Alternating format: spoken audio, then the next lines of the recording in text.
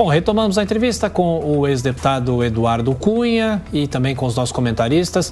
Deputado, eu já vou passar a palavra para os nossos comentaristas, mas só ficar à vontade para complementar outra pergunta também em relação a essa volta do senhor à política. Começamos agora por você, Amanda Klein. Deputado, bom dia, prazer falar com o senhor. Deputado, o senhor foi beneficiado judicialmente agora por alegar que houve vícios no seu processo de cassação à Câmara, basicamente que não houve direito, foi cerceado o seu direito ao devido processo legal. Uma argumentação semelhante foi usada também pelo ex-presidente Lula, cujas condenações foram anuladas no Supremo Tribunal Federal, embora casos totalmente diferentes, mas ambos alegando algum tipo de vício processual, os dois foram beneficiados. Eu quero saber o que o senhor acha dessas anulações das condenações do STF, esse benefício ao ex-presidente Lula, e como o senhor enxerga a corrida, o cenário nacional nesse ano. Sabemos que o senhor apoia o presidente Bolsonaro, mas quais acham que serão os próximos passos nessa corrida? Bom, Amanda, é importante até que eu complemento a resposta daquele momento que foi interrompida a conexão, que, na verdade, essa decisão que houve com relação à elegibilidade é uma coisa diferente daquilo que houve com relação ao processo penal. E essa relação com relação à elegibilidade, na prática, os meus advogados entendem que nem necessária seria, porque entendem que eu estou elegível em qualquer circunstância. Mas isso é uma discussão que não precisa ser dada agora. Com relação ao Supremo Tribunal Federal, a minha condenação também foi anulada pelo Supremo Tribunal Federal em setembro do ano passado, que inclusive decretou a ilegalidade de todos os atos que foram praticados contra mim, inclusive a prisão. Ou seja, eu, na verdade, é importante até dizer isso, eu não cumpri pena nenhuma, não tenho qualquer pena a cumprir. Na verdade, houve uma prisão preventiva de um processo que o senhor Sérgio Moro fraudou a sua competência. É um pouco diferente da situação do Lula, porque o Lula houve uma competência indevida com relação ao juiz Sérgio Moro para ir para uma vara federal de Brasília. Não deveria ter sido no Paraná. No meu caso, havia uma acusação de suposto crime eleitoral e o senhor Sérgio Moro fraudou o processo na medida em que ele simulou uma absolvição sumária da acusação eleitoral para poder continuar com a competência. Então, são formas distintas, mas esse é do campo do direito. No caso do Lula, a atuação do Sérgio Moro, que buscava a criminalização da política e a ocupação do espaço político pela sua organização política, ele acabou levando a que o Lula sequer pudesse ser julgado de verdade. As acusações que existiram contra o Lula, elas efetivamente acabaram prescrevendo, porque como ele era um juiz incompetente e passou esse tempo todo com a sua competência que foi contestada, não entendeu, foi até correta, mas ele impediu que o Lula pudesse ser efetivamente inocentado do ponto de vista político.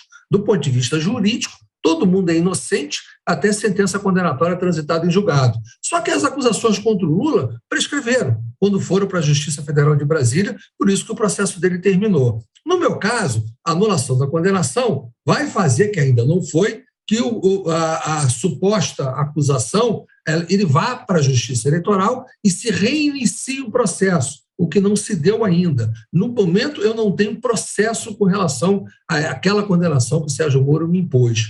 Agora, do ponto de vista político, não há dúvida nenhuma, eu costumo dizer, que o que o Sérgio Moro fez, tirando o Lula da eleição de 2018, acabou causando um grande prejuízo ao país. Porque eu entendo que o Lula iria perder a eleição em 2018 para Bolsonaro de qualquer maneira. E teria sido muito melhor para o Brasil que tivesse sido enfrentado esse processo político com a eleição, com o eleitor decidindo qual era o melhor caminho.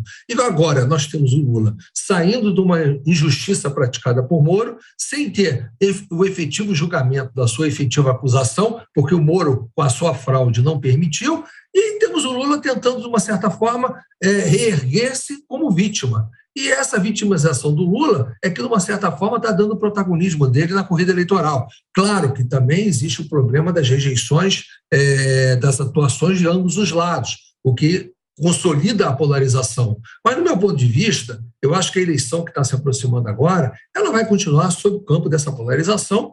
Ela pode, inclusive, ser decidida no primeiro turno devido à fragilidade das demais candidaturas, mas se o PT continuar na frente, a tendência é que tenha segundo turno, porque o PT, mesmo nas eleições em que venceu, jamais conseguiu vencer em primeiro turno, seja as duas do Lula e as duas da Dilma, já quando perdeu em primeiro turno, eu entendo que se Bolsonaro conseguir assumir a dianteira, a eleição pode ser liquidada em primeiro turno. Se Bolsonaro ficar em segundo lugar até o dia da eleição, haverá um segundo turno, muito provavelmente.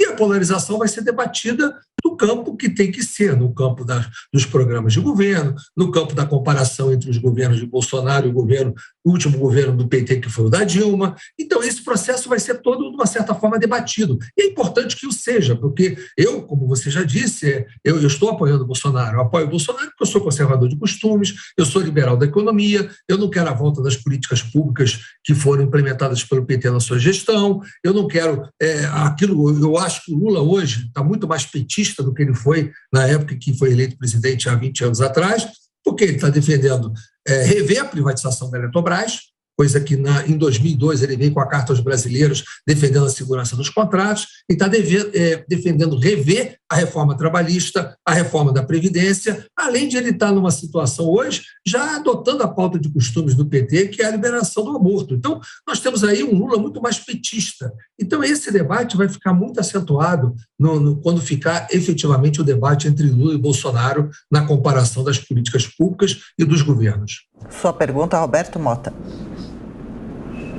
Bom dia, deputado. O senhor é um observador privilegiado da cena política brasileira, né? Se eu não me engano, o senhor começou sua trajetória em 1998. Olhando para a política brasileira hoje, o que mudou durante esse tempo e o que continua exatamente igual? Olha, Roberto, eu escrevi um livro sobre o processo de impeachment, que é o Tchau, Querida, o Diário do Impeachment, a qual eu não falo somente sobre o processo do impeachment, são 808 páginas, que eu faço um grande apanhado da história política brasileira. E eu coloco justamente que muitas coisas hoje são exatamente iguais. Nós temos uma polarização que ela não começou agora, ela não está existindo agora. Quando teve o fim do regime militar e o início das eleições diretas para presidente, a gente já tinha essa polarização quando o Collor assumiu o lado da direita e, efetivamente, o Brizola, que representava a esquerda, foi suplantado pelo Lula e, consequentemente, de lá para cá, eles não largaram esse lado da polarização da esquerda. E com o impeachment do Collor, ao qual eu trato também no livro, até comparado com o impeachment de Dilma, o PSDB assumiu o lado da oposição à esquerda, embora travestido de social-democracia, mas era uma representação da direita, não há dúvida nenhuma disso, até porque tinha a liberalidade da economia, você vê um programa de privatizações, de quebra de monopólios. Então, o PSDB ocupou esse espaço de polarização, ganhou 2 eleições, depois perdeu 4, até que Bolsonaro, em 2018, pela derrocada do PSDB, muito fruto da própria criminalização da política, consequentemente, Bolsonaro tomou o lugar. Na verdade, nunca houve e nem nunca vai haver na história uma possibilidade de terceira via. Quando ela é forte e surge, ela vira a via, jamais a terceira via. Ela vira a própria via. É uma situação completamente igual à que tem hoje, do que existe desde a eleição do Collor contra o Lula em 1989. Então, por mais que a gente veja formas de apresentação, hoje o que nós temos é uma exposição maior das ideologias. O que acontece? Antes, você só falava ideologia quando alguém era de esquerda. Então, era sinônimo de ideologia e ser de esquerda. Quem estava na direita, no campo da direita, era quase considerado como fascista. Hoje as pessoas estão, de uma certa forma, assumindo a sua ideologia e está sendo considerada a direita como uma ideologia também em oposição à ideologia da esquerda. Então, na medida que as pessoas perderam a vergonha de se posicionarem dessa forma,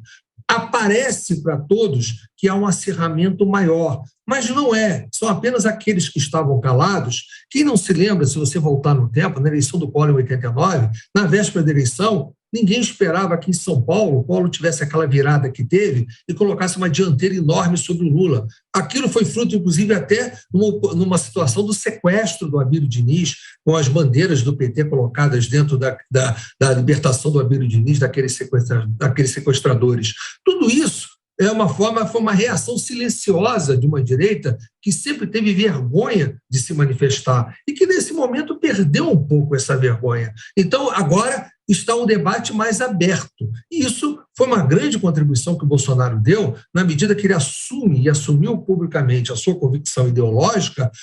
Muitas das pessoas perderam a vergonha desse posicionamento. Então, objetivamente respondendo, Roberto, eu não acho que houve grande evolução do ponto de vista da polarização política. Claro que houve evoluções e involuções pelo desenrolar do processo político, pelas eleições, pelos contrapontos, pelos percalços, pelos atrasos que em alguns momentos teve, mas em termos de espectro político, o que acontece, a grande diferença que nós temos de 98 para cá é que você, efetivamente, as pessoas não têm mais vergonha. E mais, em 98, como você fala, nós estamos vivendo a reeleição do Fernando Henrique Cardoso, que ele implementou essa reeleição para seu benefício próprio. E esse, na minha opinião, é um dos grandes males do país. Aliás, eu, como presidente da Câmara, aprovei uma emenda constitucional que acabava com a reeleição, só que o Senado não votou.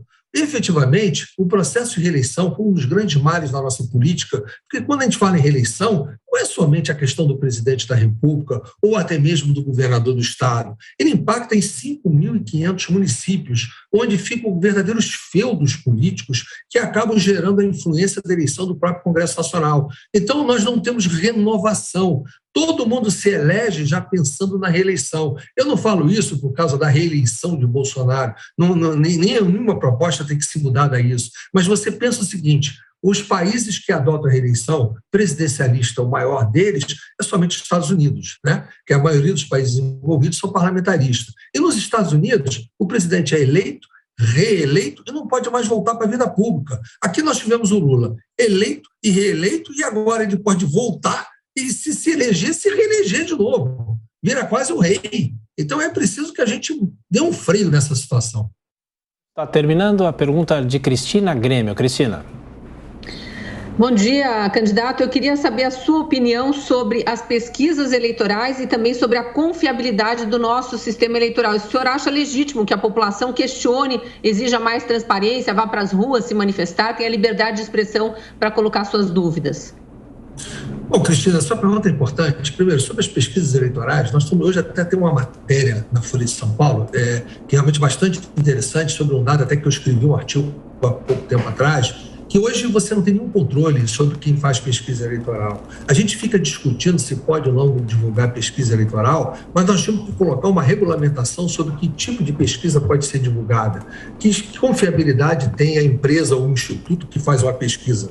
Hoje é quase um somatório de empresas aí, microempresas, que fazem pesquisa que a gente não sabe de onde veio, não sabe quem financia, pesquisa patrocinada por bancos que tentam manipular mercado com informações privilegiadas. Tudo isso está errado. É preciso que a gente coloque uma regulamentação para que a gente defina quem é que pode fazer pesquisa no Brasil, qual é a metodologia dessa pesquisa, qual é a forma de controle de auditoria para que essa pesquisa seja divulgada, e para ser divulgada em período eleitoral, somente pesquisa contratada por meios de comunicação ou por partidos políticos. Então, eu acho que as pesquisas são um problema, sim, hoje, estão se transformando numa forma de manipulação do processo eleitoral, porque influencia o eleitor, sim, porque o eleitor não gosta de perder o seu voto, todo mundo vai no horário eleitoral manipular resultado para tentar mostrar que o seu candidato está melhor ou que o outro está pior. Então, são coisas que nós temos que tratar, e, infelizmente, a discussão da lei eleitoral não tratou disso. Está tratando ainda no Senado,